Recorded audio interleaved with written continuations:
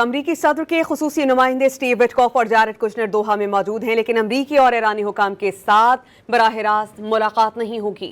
कतरी वजारत खारजा के मुताबिक दोनों ममालिक के हुकाम सालिसों से मुलाकातें करेंगे और मुज़ाकरात पर पेशरफ्त से मुताल्लिक तबादला ख्याल किया जाएगा।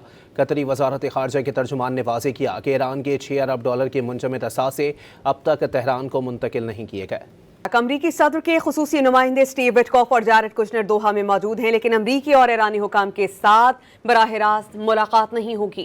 कतरी वजारत खारजा के मुताबिक दोनों ममालिक के हुकाम सालिसों से मुलाकातें करेंगे और मुज़ाकरात पर पेशरफ्त से मुताल्लिक तबादला ख्याल किया जाएगा।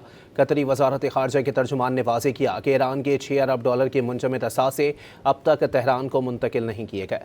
अमरीकी सदर के खुसूसी नुमाइंदे स्टीव विटकॉफ और जारेड कुशनर दोहा में मौजूद हैं, लेकिन अमरीकी और ईरानी हुकाम के साथ बराह रास्त मुलाकात नहीं होगी। कतरी वजारत खारजा के मुताबिक दोनों ममालिक के हुकाम सालिसों से मुलाकातें करेंगे और मुज़ाकरात पर पेशरफ्त से मुताल्लिक तबादला ख्याल किया जाएगा।